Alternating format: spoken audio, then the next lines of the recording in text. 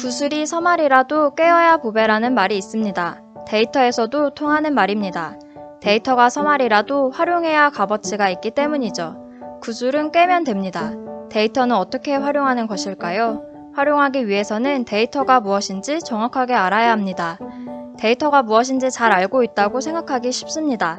하지만 데이터는 새로운 자원입니다. 지금까지 다뤄보지 않은 자원입니다. 이번 영상에서는 데이터와 관련해 일반적으로 자주 만나는 오해들을 알아보려고 합니다. 첫 번째, 정의에 대한 오해. 데이터가 주목을 받기 시작한 것은 2012년 무렵입니다. 당시 유행했던 단어가 빅데이터와 데이터 사이언티스트입니다. 빅데이터는 3V, 즉 볼륨, 벨로시티, 버라이어티 등의 특징을 갖습니다.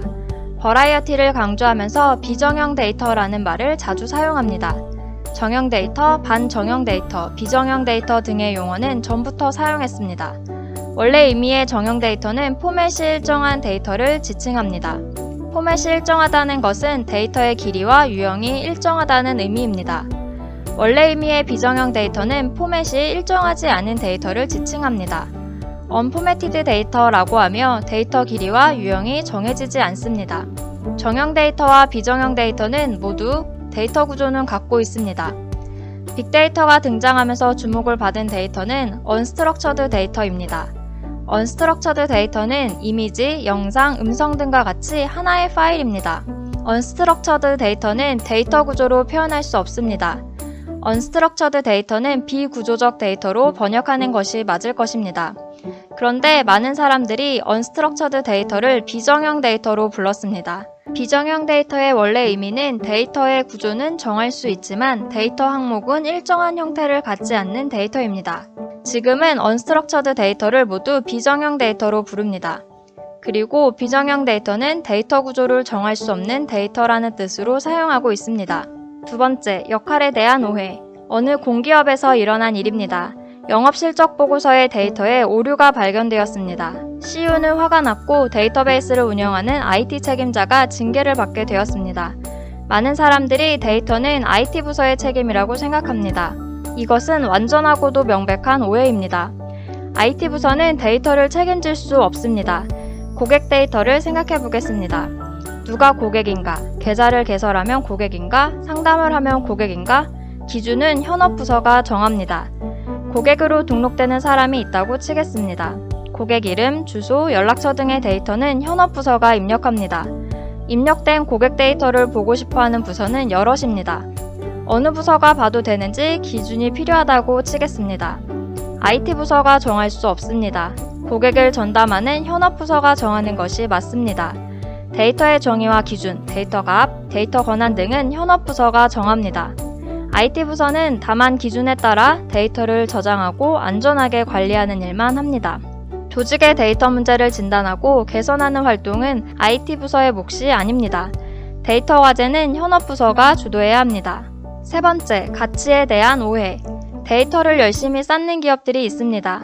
대규모 투자를 통해서 빅데이터 플랫폼을 만듭니다. 공정 데이터, 센서 데이터, 로그 데이터 등을 쌓습니다. 데이터 규모가 커지면 기업 가치가 커졌다고 생각합니다. 하지만 데이터는 그 자체로는 아무 가치가 없습니다. 데이터는 실행으로 이어질 때 가치가 실현됩니다. 실행으로 이어지지 않는 데이터는 가치가 1도 없습니다.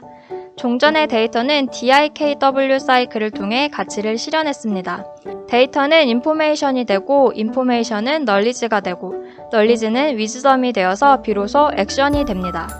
DIKW 사이클은 시간이 오래 걸리고 중간에 누수도 큽니다. 디지털 경제에서 데이터 실행은 다른 모습입니다. 데이터에서 인사이트를 찾아서 액션을 연결합니다. 이를 DIA 사이클이라고 합니다. DIA 사이클은 DIKW 사이클보다 빠르고 누수가 없습니다. DIA 사이클에서는 데이터로부터 인사이트를 끄집어내는 것이 중요합니다. 이는 사람이 하지 않습니다. 이를 담당하는 것이 어널리틱스입니다.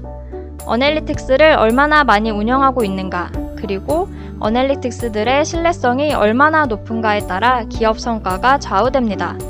데이터 가치 실현은 어널리틱스 활용 수준이 좌우합니다. 네 번째, 품질에 대한 오해. 몇 년 전 데이터 거래소 관련 컨설팅이 발주되었습니다. 데이터셋 가격을 어떻게 산정할 것인가가 주제에 포함되어 있었습니다. 일반 상품의 가격은 어떻게 결정될까요? 보통은 품질이 높으면 가격도 높습니다. 자연히 데이터 품질에 따라 가격을 결정하는 방식이 검토되었습니다. 하지만 이는 오해입니다. 사실 모든 가격은 수요와 공급에 의해 결정됩니다. 데이터셋의 가격도 마찬가지로 수요와 공급에 따라 정하면 됩니다. 문제는 일반 상품과 달리 데이터셋은 시장이 형성되어 있지 않습니다. 가격이 얼마인지 정해주어야 거래가 생길 것이라는 주장도 있기는 합니다. 데이터 품질이란 무엇일까요? 품질은 상대적입니다.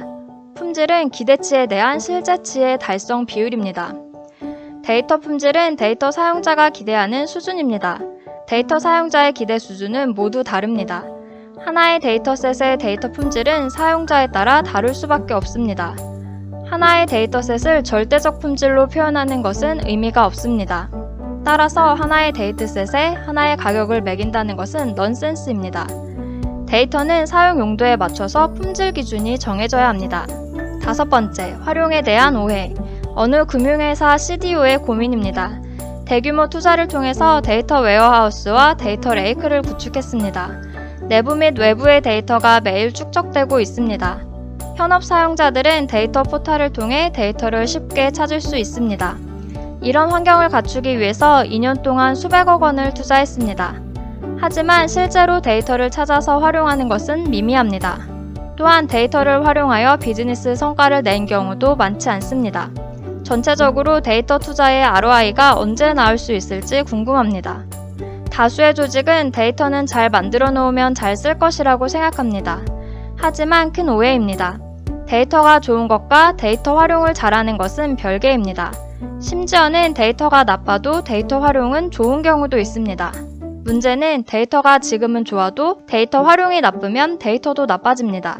그리고 데이터가 지금은 나빠도 데이터 활용이 좋으면 데이터도 좋아집니다. 데이터가 좋아지는 것은 원인이 아니라 결과인 것입니다. 먼저 풀어야 하는 꼭지는 데이터 활용입니다. 데이터 활용을 높이는 것은 마인드 확산 정도로는 되지 않습니다. 규정과 제도로 강제화하고 애플리케이션에 자동화해야 합니다. 데이터 활용이 선택이 아니라 필수인 환경을 만들어야 합니다. 그렇게 되면 시행착오가 있더라도 데이터는 좋아집니다. 6번째, 영역에 대한 오해. 고객 데이터의 중요성이 강조되고 있습니다. 기업이 보유하고 있는 모든 데이터 중에서 가장 중요한 데이터는 무엇일까요? 아마도 고객 데이터라고 답할 것입니다. 금융의 마이데이터 시대가 2022년부터 시작됩니다. 허가를 받은 또는 받으려고 하는 회사들은 획기적인 서비스를 열심히 찾고 있습니다. 고객 서비스를 하기 위해서는 당연히 고객 데이터가 가장 중요합니다. 그렇지만 고객 데이터만으로는 어떤 서비스도 제공할 수 없습니다. 고객 데이터는 반드시 가져야 하는 데이터이기는 합니다. 하지만 고객 데이터가 서비스 수준 차별화를 결정하지는 못합니다. 고객의 질문에 답하고 고객을 위한 제안을 하는 것은 고객 데이터에 있지 않습니다. 두 가지 데이터가 필요합니다. 첫째는 상품 데이터입니다. 다루고자 하는 서비스 범위의 상품 데이터를 모두 실시간으로 모아야 합니다. 상품 데이터 확보 수준이 고객 서비스 범위를 결정합니다. 둘째는 고객과 상품 연계 데이터입니다. 어떤 고객이 어떤 상품을 구매했으며 나타낸 반응 데이터가 필요합니다. 연계 데이터 확보 수준이 고객 서비스 수준을 결정합니다. 다른 영역도 마찬가지입니다. 데이터는 그 자체로는 가치가 크지 않습니다. 연관되어 있는 데이터 그리고 연계 데이터가 있어야 활용 가치가 큽니다. 7번째, 자산에 대한 오해. 데이터는 21세기의 원유라고도 합니다. 데이터는 소중한 자산이라는 의미를 강조한 것입니다. 하지만 생각해봅시다. 만약 가정집 뒷뜰에서 원유가 펑펑 솟아난다면 과연 좋은 일일까요? 원유를 제대로 처리하지 못하면 집들은 엉망이 될 것입니다. 원유가 집 안까지 들어온다면 집에서는 먹지도 자지도 못할 것입니다. 원유가 가치 있는 자산이 되는 것은 원유를 잘 다루었을 경우입니다. 원유를 잘 다룰 수 없다면 집에서 원유가 솟아나는 것은 재앙입니다. 데이터 부채라는 말도 있습니다. 기술 부채라는 단어에서 차용한 단어입니다. 대부분의 기업은 데이터 품질 수준은 그다지 만족스럽지 않습니다. 데이터 값이 틀려 있는 경우도 있습니다. 데이터가 중복되어 있기도 하고 심지어는 식별자가 누락된 데이터도 있습니다. 이러한 데이터들이 있으면 언젠가는 업무 오류로 피해를 주게 됩니다. 데이터에 문제가 있는 상태를 알면서도 그냥 지내는 경우가 대부분입니다. 데이터 문제를 해결하기 위해서는 과거를 추적해야 하지만 방법이 없습니다. 데이터 항목이 많아지면 많아질수록 문제는 커집니다. 데이터 건수가 많아지면 많아질수록 문제는 커집니다. 데이터 규모가 커지면 데이터 자산이 커지는 것과 함께 데이터 부채도 커집니다. 늘어나는 데이터 자산보다 데이터 부채가 더 크다면 데이터는 재앙입니다. 데이터가 늘어나면 비용이 더 커집니다. 데이터 부채 상태를 벗어나기 위해서는 두 가지 노력이 필요합니다. 첫째, 기존 데이터를 점검하고 정비해야 합니다. 둘째, 데이터 거버넌스 체계를 점검하고 정비해야 합니다. 요약, 데이터는 현업부서가 책임져야 합니다. IT 부서가 아닙니다. 데이터는 어널리틱스가 가치를 뽑아냅니다. 사람이 아닙니다. 데이터 품질은 상대적입니다. 절대적이 아닙니다. 데이터는 활용하면 품질이 좋아집니다. 품질이 좋다고 활용하는 것이 아닙니다. 데이터는 서로 연관되어야 가치가 큽니다. 고객 데이터 혼자서는 가치가 미흡합니다. 데이터는 부채가 될 수도 있습니다. 자산이 되려면 관리를 잘 해야 합니다. 데이터는 새로운 자산입니다. 새로운 방식으로 접근해야 합니다.